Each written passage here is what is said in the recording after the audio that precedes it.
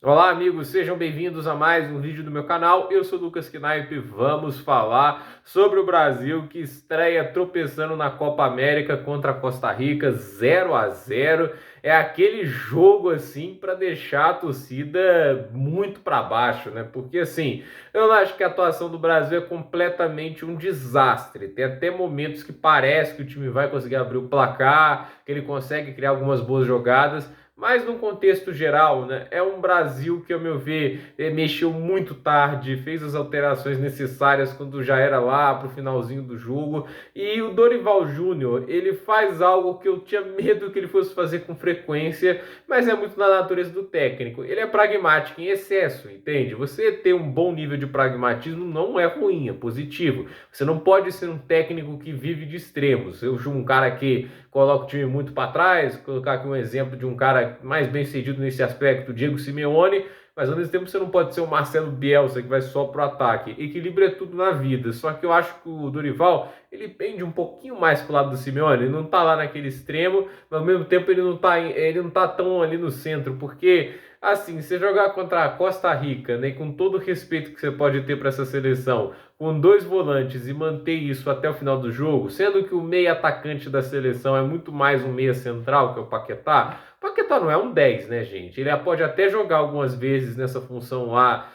no West Ham, mas ele não é um 10, né? Normalmente ele joga até mais recuado para usar muito da qualidade dele com os passes longos, então ele tem a liberdade para avançar, etc. Mas a verdade é que o Paquetá é aquele cara assim que joga numa função um pouquinho mais recuada do que o Dorival coloca ele, e ele não fica muito avançado em campo, e faz com que o meio campo fique muito retraído, porque você tem dois volantes, no caso o João Gomes e o Bruno Guimarães, e assim, com todo respeito ao João Gomes, fez ótima temporada lá no Wolverhampton, é um jogador que eu acredito que tem sim já condições de ir para a seleção, mas eu acho que é mais um reserva de ocasião ali, né? Um cara que entra em alguns jogos, dependendo da característica, entende? Eu acho que o Brasil precisa de mais ousadia. E eu acho que a falta de ousadia reflete até na escalação do ataque, entende? O ataque tá ali, o Vinícius Júnior, o Rodrigo e o Rafinha. Quase todo mundo fora de posição. Eu fico tentando entender isso, né? Tipo, que o Vinícius Júnior vai jogar ali centralizado. E aí eu tenho uma crítica grande ao Vinícius Júnior, porque ele é um cara que é inegável o talento dele, é candidato à bola de ouro, ele tem um tamanho muito grande, poxa, já foi fundamental para o Real Madrid ganhar duas Champions Leagues. Então, assim, história no futebol, o Vinícius Júnior já tem. Mas ele é um jogador que, assim, ele joga com ponta direita e só. E não é um cara igual, tipo, o Kylian Mbappé, que você coloca ele de centroavante, ele ainda vai dar um jeito de render. E assim, isso pra mim, assim, é uma coisa que acontece no Vinícius Júnior, de não ser um cara tão versátil. E assim, é normal. Não é muito jogador ali que consegue jogar várias posições com muita eficiência, entende? Né? Você pode marcar uma porrada de gols na ponta e ser colocado de centroavante e tudo sumir. Vou dar um bom exemplo. O Cole Palmer lá no Chelsea, teve vezes que ele foi colocado para jogar de 9 e não funcionou. Então, assim, o Vinícius Júnior de 9 é uma ideia ruim, porque o Dorival, ele tem o Endrick que já mostrou qualidade para jogar na seleção. Engraçado pensar que o Endrick já tem a mesma quantidade de gols que o Vinícius jogando pelo Brasil na seleção principal.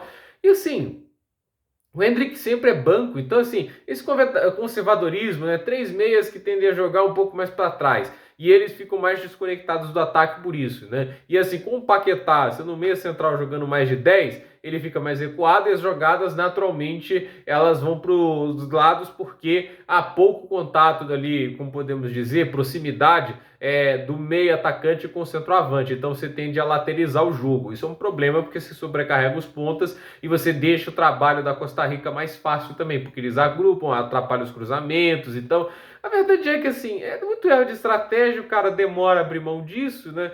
E assim, o Vinícius Júnior não é um 9, o Rodrigo Rafinha, eu não acho que as atuações dele foram horríveis, muita gente xingando o Rafinha, não acho que o Rafinha é ruim, como muita gente fica falando, mas assim, falta ousadia. Eu acho que essa é a verdade. Para mim, podia ser o Rodrigo de um lado, o Vinícius do outro, e coloca o Endrick ali. Se não era para convocar o Richarlison, não era para convocar lá, o Gabriel Jesus, ok, né? Não acho que ia fazer diferença ali de 9, né? Mas o Richarlison acho que poderia pelo menos oferecer o que um 9 tem de ali como função, né? Ele tem mais a noção de presença diária, ele tem mais essa função de jogar centralizado do que o Vinícius. O Vinícius, obviamente, é um jogador melhor, mas ele joga numa posição diferente. Então, o Brasil faz uma estreia em que é isso, né? Tipo, muito da falta de produtividade, de criação de jogo que o Brasil teve na partida se deve a um time que do meio para frente estava muito mais preocupado ali em dar segurança à equipe do que em machucar a defesa da Costa Rica. Acho que faltou aquele momento de você desrespeitar o adversário no sentido de é a Costa Rica, não tenho que ter medo ali de colocar o time com mais jogadores de defesa, vou para cima porque meu time tem mais qualidade e vai ganhar. Falta isso, né? E o Brasil não teve. E a minha pergunta é: como vai ser a postura contra o Paraguai e a Colômbia? Porque são seleções mais capazes, a Colômbia principalmente.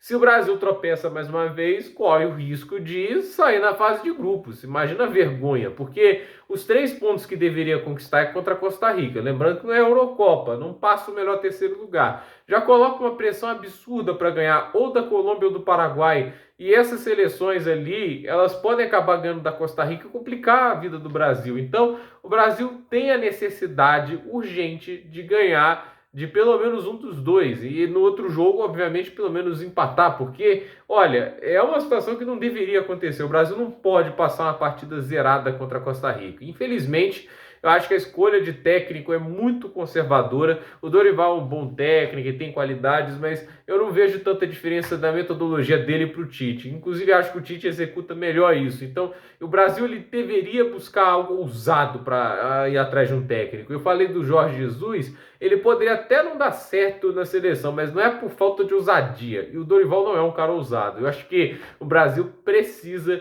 de ousadia. O Dorival é uma tentativa de repetir a fórmula Tite e acreditar que da terceira vez é da mágica, né? Um cara mais eficientista, metódico, mas até agora essa ideia não decolou. E esse empate, olha, eu vou te falar, muito frustrante, muito decepcionante. É o Brasil pós-Copa de 2022, não que a Copa tenha sido mágica, mas o que o Brasil vira pós-Copa é um negócio assustador, né? Realmente deixa muito a desejar. Agora é ver o que o Brasil apronta contra a Colômbia e contra o Paraguai, porque assim, a pressão agora aumenta. Não é uma boa partida do Brasil em hipótese alguma. Eu acho que pode ter algumas qualidades individuais. Eu gosto da personalidade do Savinho, etc. Mas, assim, Brasil, no minimamente jogasse bem, bem mesmo, né? Conseguisse aproveitar mais as oportunidades, era 2-0 para cima. Acho que não pode se contentar em nenhum momento com 0-0 contra a Costa Rica. Então, gente, por esse vídeo é isso. Dúvida nos comentários, deixe seu like, se inscreva no canal, compartilhe esse vídeo e até o próximo vídeo.